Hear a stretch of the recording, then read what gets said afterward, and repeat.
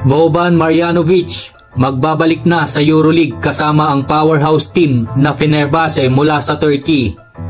Matapos ang 9 na season sa NBA kung saan naglaro siya para sa 6 na iba't ibang koponan, pumirma si Marjanovic ng 1 taong kontrata para muling maglaro sa Europa.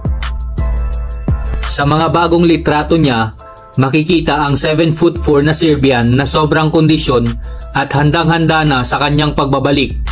Tila pumasok na siya sa beast mode para dominahin muli ang International Basketball League. Bago pa man magsimula ang kanyang NBA journey noong 2015 kasama ang San Antonio Spurs, si Marjanovic ay isang bituin na sa Europa.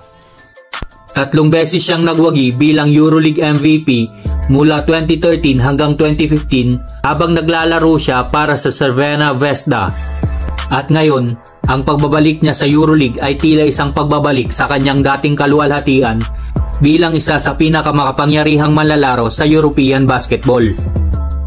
Sa kabilang banda naman tayo mga chong, isang nakakagulat na anunsyo mula kay Adrian Wojnarowski, isang kilalang NBA insider. Nagretiro na mula sa ESPN matapos ang 37 taon sa industriya ng balita. Lilipat na siya sa bagong tungkulin bilang General Manager ng Men's Basketball Program ng St. Bonaventure University, na kanyang alma mater. Ibinahagi ni Wojnarowski na nagsimula siya bilang sports writer sa Hartford Courant at ngayon ay babalik siya sa kanyang pinagmulan.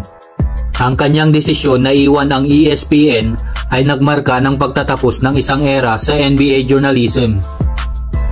Maraming tagahanga at kasamahan ang nagpahayag ng respeto at paghanga sa kanyang naging kontribusyon.